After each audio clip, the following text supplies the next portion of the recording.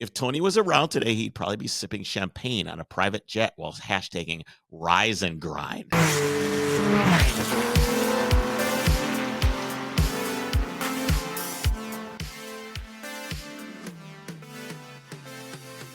Hey guys, welcome to Overcrest. I am Jake, and Kris is unfortunately out of town this week. He actually had a loss in the family, which I'll leave to him to see if he wants to discuss any further next week when he's back. But for the time being, I wanted to get something up this week, and what better thing to do is tease a little bit what we have for our Overcrest Drivers Club members. As you've heard us say before, we do, in fact, record exclusive episodes and some extended segments, as it were. And so this is a really cool one that Kris had actually put together a couple weeks ago. And I'm not even going to tease it as far as what it is, but it's a super interesting take on a classic.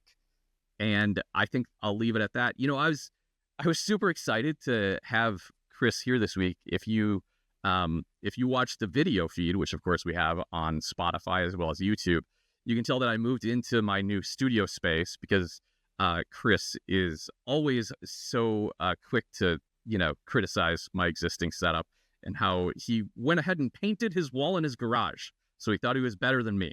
Well, here I am. I'm fully set up. So I was really excited to have him. I guess we'll have to wait for next week for that. However, for the time being, let's hop into, again, this was an exclusive for Drivers Club members. So if you haven't already, head over to overcrestproductions.com/Drivers Club and check it out. For as little as $5 a month, you too can have exclusive access to these episodes and early access to merch releases and all other sorts of good stuff. Again, overcrestproductions.com/Drivers Club. All right, without further ado, here we are in Overcrest Drivers Club exclusive. Hey guys, welcome to Overcrest. I'm Kris. And I'm Jake. And this is a Drivers Club exclusive. This is something I put together just for you guys. It's been a while. I have no idea what it is. You have no. I just turned. Yeah, turns have tabled. You're doing something else that you're working on, and I was going to drop this at the end of the episode as kind of like an addendum. I'm like, this is too good. This is too good. We're gonna peel it off, make it for Drivers Club only. Show a little bit of thanks. Give me the opportunity to thank you guys for your support. Without you, it looks more like this. Is this the lights turning off right here? Yeah, this is what the Overtime podcast looks like. The lights go off without the Drivers Club. I get it. I was like, how dense doing? Are you, dude? Jesus. That was just a very dumb analogy. All right, well, whatever. I wanted to let you know that today in history is what I'd like to do. And I've kind of gone through and looked at it's December 9th. And in the 80s, on December 9th, I don't remember the exact year because I didn't write it down because I didn't care, a very, very special movie dropped. Me, I want what's coming to me. Oh, well, what's coming to you, Tom? The world, Chico. And everything in it. Scarface. Have you seen this movie? Oh, yeah. It's been a while, but yeah, I've seen I was speculating on if you had seen this movie or not because it's been a long time. Your theatrical taste. Let me phrase this. It's called cinematic. Cinematic is the way things are filmed. Theatrical is like how much theater. Do you know what theater is? Yes, I know what theater is. It's drama. It's drama. Okay. Theater, drama. Your theatrical taste, your taste for drama is bad. Different. Than yours. I think your theatrical taste is via osmosis. Via osmosis from Nikki, I think. Oh yeah. I don't usually seek out watching something myself. You know what I mean? No, you don't have the attention span to sit there for 2.5 hours and watch I had plenty other things I could be doing. Yeah, like digging trenches. Yes, exactly. Yeah, like literally. Yeah, exactly. Like, you are literally digging trenches. Yes, I did. For fun. Well, not for fun. It was to get power down to the barn. I also drained a drainage ditch. Why didn't you just pay someone to do it? Because you like it. Because that's expensive. Because I'm No. able to do it, Kris. Yeah, and you like it. I Just admit that you like money it. instead of watching a movie. Yeah, I like it, of course. Dude, I get it. I get it. Keeps you young, you can do it Kris. yourself, Keep working. You can do it yourself. You've saved money. You could screw it up 2 or 3 times before it would cost more to pay someone else. More importantly, yeah, you've learned that skill or you've gained an experience, right? We talk about this a lot. Okay, Scarface. You hear the name, and you instantly think of Tony Montana, right? Tony Montana. He's standing in his mansion with a mountain of coke and a gun in his hand, shouting, "Say hello to my little friend." I didn't realize his last name was Montana, actually. Tony Montana. Yeah, that's his name. But let's dig a little bit deeper. Scarface, and I love going into movies and like watching them. I watched the movie, and I like thinking about the symbolism in the movie. And there's always, at least with a more serious movie and a lot of older things, there's a lot of symbolism here. So this is my analysis of Scarface with a little bit of car love thrown in. I like it. Let me ask you first, was this story a lot of good movies are books before their screenplays? Do we know if this was written specifically? I didn't see that anywhere. I did quite a bit of research on this movie. I did not see that anywhere. And I think that's more of a modern thing as we got into the 90s and the zeros. Oh, it's actually a remake of a 1932. Yes, film. It was a black and white film back then. That interesting. Which is probably say hello to my little friend. And I'm sure it's a different accent. I doubt they even had that. They probably didn't have that quote in there, but yes. Maybe. All right.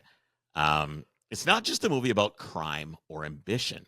It's the story of how stuff, cars, mansions, money, can define your rise and accelerate your fall.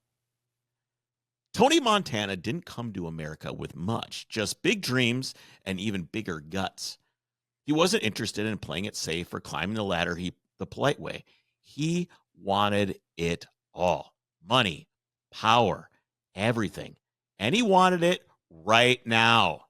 Nowhere is that clearer than the cars that he drives. That's her, man. That's you. About time.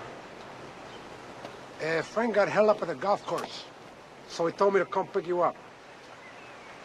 In that thing? You must be kidding. What you talking? That interior. That's a Cadillac. That's a Cadillac.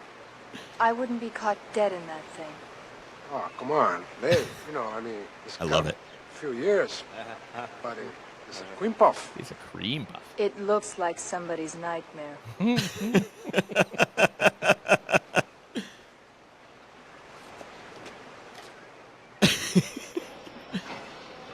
So, you like this better? How much? 43,000 fully equipped. That all? Machine gun turret's extra. He's a funny guy.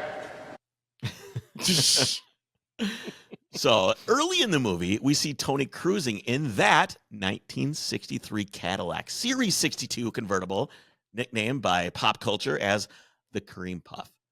This thing is, and it's been replicated a bunch of times. Lots of tributes to this car. Lots of tributes. This thing is gaudy. Bright yellow with a tiger print interior. The automotive equivalent of a cheap suit trying to look fancy. But that's the point. In the story, this is Tony's first taste of success. His, "look at me, I made it" moment. The Cadillac screams, "I'm here and I want the world to notice," even if that world is still laughing a little bit behind his back. But here's the kicker. No matter how flashy the cars or how grand the mansions, they're just symbols of Tony's insatiable hunger for more. The Cadillac was the start. The Porsche was a level up, but it was never enough. That's the trap of Tony's ambition.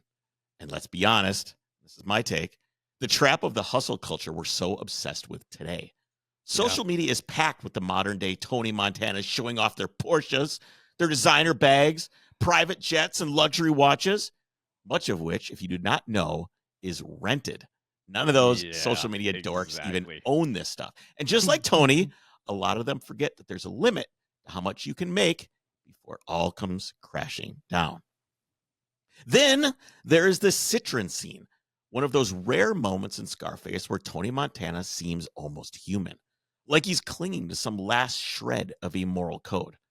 The setup is simple. Tony has been ordered by Sosa, his boss, to take out a journalist who's been getting too close to the truth about the drug trade. The plan? Plant a bomb under the guy's 1972 Citroen DS and detonate it when he drives to the UN. But things get messy fast. The journalist's family, his wife and kids, pile into the car, and suddenly, after a bunch of mental back and forth, Tony is out. No wife, no kids, he shouts, stopping the plan cold. It's one of those fleeting glimpses of decency from a guy who's built his life on ruthlessness. But that doesn't actually. Let me get some mood music going here. Hold on. Ooh, I like it. I got some. What's appropriate? You got something appropriate? Yeah, the theme from the movie. That makes sense. Yeah. Let's see if I can turn the volume down a hair too. That is some intense synth work. Yes. Here we go. No wife, no kids, he shouts, stopping the plan cold. It's one of those fleeting glimpses of decency from a guy who's built his life on ruthlessness.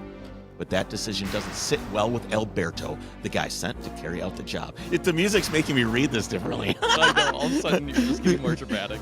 So Tony handles it in the only way he knows how, the gun. He kills Alberto right then and right there, in the car, shooting him in the head. The moment is bigger than it seems. By sparing the journalist, Tony's not just crossing Sosa, his boss, he's tearing apart the foundation of their partnership and himself. Sosa doesn't take betrayal lightly, and this is the moment Tony's days are officially numbered. Sosa later sends an army to Tony's mansion, ensuring his downfall. So while the Citroen drives away intact, Tony's moral codes stand. Tony's morality. Ooh, did the music change? I know it did. Yeah. Tony's moral stand plants the seed for everything to come crashing down. Then there's the Citroen itself. It's sleek and classy, the kind of car that looks more at home in a quiet European neighborhood than the chaos of Tony's world. Was this in a way? I missed that. Yep, DS. In a way, it's a symbol of everything Tony cannot have.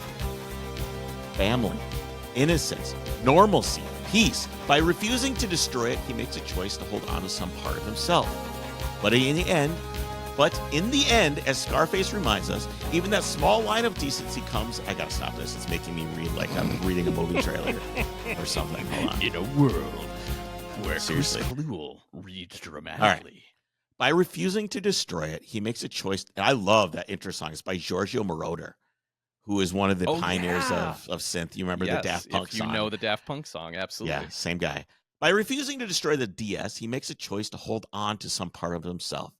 But in the end, as Scarface reminds us, even that small line of decency comes at a massive price, as that began the unraveling of his entire empire. Mm-hmm. When the movie came out, critics hated it. They thought it was too violent, too much, too everything. But guess what?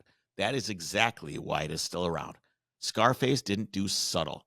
It was a punch to the face, and people loved it for that. Over time, the movie went from, what is this madness, to, this is the vibe. If Tony was around today, he'd probably be sipping champagne on a private jet while hashtagging rise and grind. Yeah. If we look at social media today, it's full of people channeling their inner Tony Montana, the hustle culture, the flex culture, the look at my life and cry because it's better than yours attitude. It's Scarface on loop. People aren't just working hard anymore. They're working hard and making sure everyone knows about it. Yep. Just like Tony, they're working towards yachts, luxury watches, and the everything is gold aesthetic. Scarface is the ultimate cautionary tale, and yet we still love Tony, don't we? Don't we, Jake? We love Tony. That image of him standing in the rebellious part of it that you like. You know what I mean? Not just the hustle, it's him standing up, right? Yeah, and I think it's the do whatever it takes to get the pussy, which is kind of what this is about. Because he wants the boss's wife, the boss's girlfriend. Okay. That's his goal. That's the girl that won't get into the Cadillac. Right, yeah. He wants her, and eventually he wins. And I think deep down inside, every man wants the boss's wife if she's hot. And I mean that in a metaphorical sense, right? Okay. Everybody wants what they can't have. Whether it's the girl, the car, the watch, whatever. It's a motivator. Sure. That image of him standing in front of his empire with the words, "The world is yours," glowing in neon is unforgettable. The Cadillac and the Porsche, they're part of the story, part of why we still watch, still quote, and still can't look away from the absolute train wreck of a dream. Still, despite that train wreck, people love it. That black and white Scarface poster, it's a dorm room classic. And why? Yep. Because Tony Montana feels like success, even if it all goes up in flames. For a brief, shining moment, he owns the world. And honestly, there's something about that defiance, That raw, take no prisoners attitude that just sticks. At the end of the day, it isn't just a movie. It's a mood. It's a vibe. It's brash, unapologetic, and just a little insane. And in a world obsessed with hustling, flexing, and going bigger and better, Tony Montana is still king. Just don't forget, the world might be yours, and if you don't know when to stop, it's going to crush you anyway. So next time you think about flexing on social, just remember, most people don't want to say hello to your little friend. Your little friend. You just look like an asshole. That's it. Okay, that's the takeaway. That's the takeaway. Nobody wants to say hello to your little friend. Take it easy. But I think there's a little bit, I think one of the reasons, and I think you're right, I think one of the reasons why this movie was so great is because there's a little bit of Tony Montana in every man. And if there isn't, I mean, it's that machismo and that. Yeah. It's the take it. You want it? Yeah. You want it? Take it. Yeah. You want the boss's wife? Yeah. What's it going to take? It ends up him like just shooting the guy. You know, he just puts he's a cream puff. He's a cream exactly. Puff. Exactly. What else have I got here? I've got do you want to check out the original trailer for this movie? Yeah, absolutely. I feel like you should have started with that, Chris. No. I wanted to set the tone. Yeah, okay. I didn't want to show the trailer because if you hadn't seen the movie, I wanted to be able to make fun of you. Oh, I get it now. Yes, of course. Yeah, absolutely. It has been a long time. It's worth going back to, for sure. Yeah. Absolutely. Oh, you know it's good when you get the old Universal intro. So what do you call yourself?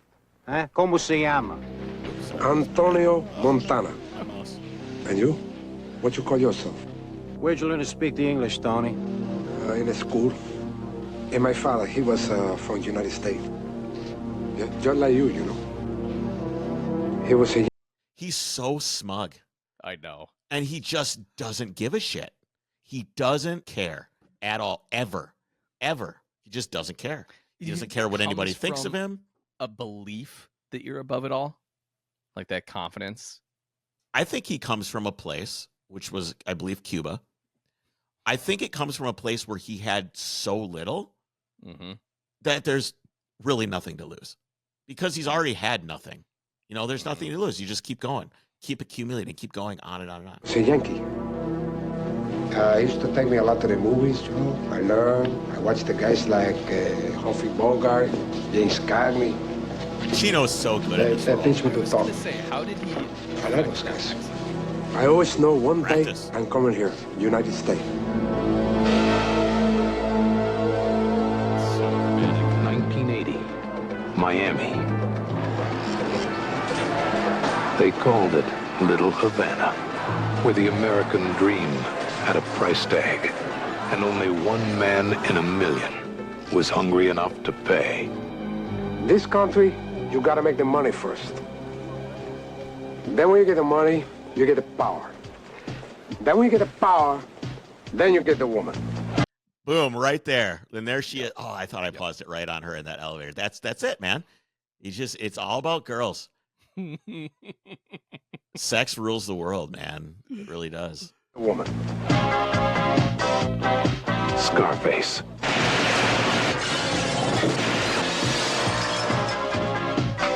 For one brief moment, the world was his.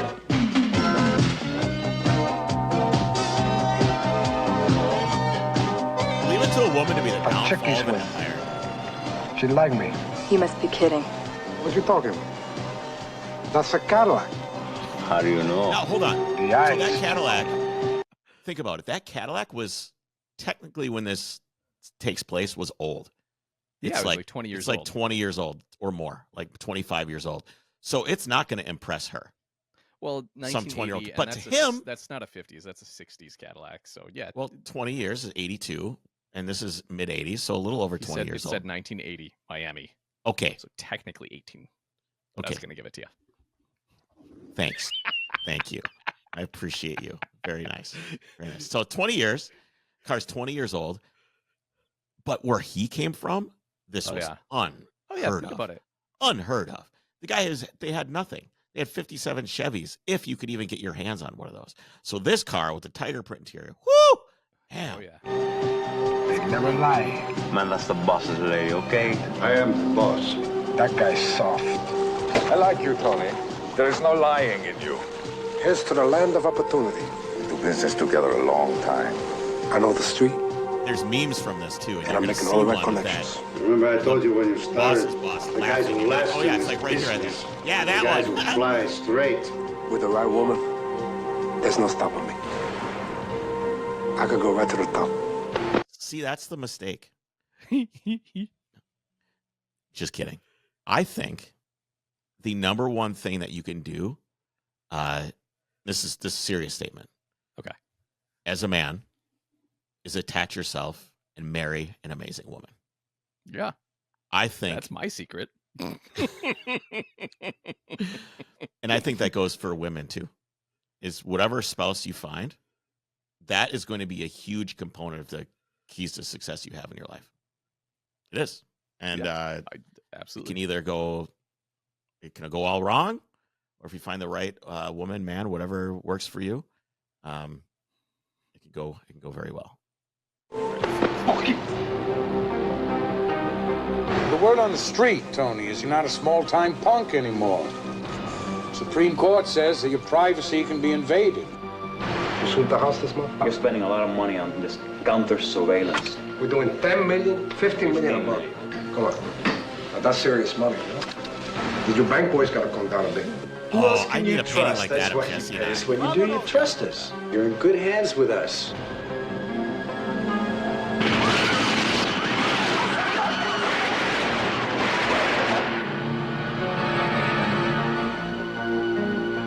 Al Pacino is Scarface. He loved the American dream with a vengeance. Al Pacino, Scarface. So good. Such an iconic poster. It is. And you notice that it's black and white. It's showing the diametrically opposed, he does some good things in that movie too. I was looking at her in the silk sheets. You ever slept on silk sheets before? I feel like I must have. It sucks. It too slippery. They're too slippery, and you wake up and everything's always like at your waist. Like all the blankets have fallen off the bed and you're freezing every time. You've slipped off the pillow. You're not on the pillow anymore.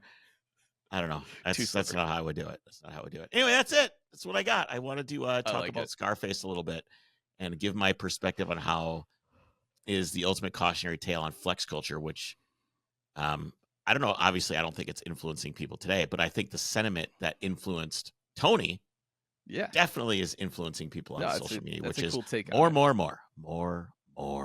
more. Thanks to the Drivers Club members. Hope you enjoyed hanging out. Which we need more Drivers Club members, and make sure to up your subscription so we can have more. And no, good, yeah. But do please spread the word. That would be great if you want to spread the word and tell everybody how awesome this is. We would really, really appreciate it, and we appreciate you. And we'll see you probably in a couple days here with Jake's actual episode on Tease It. Hold on. I had a full teaser. Never ready. mind. Forget it. Damn it. No, well, I don't want to give it away. We'll see you guys pretty soon. We'll see you pretty soon. Take care. Take care.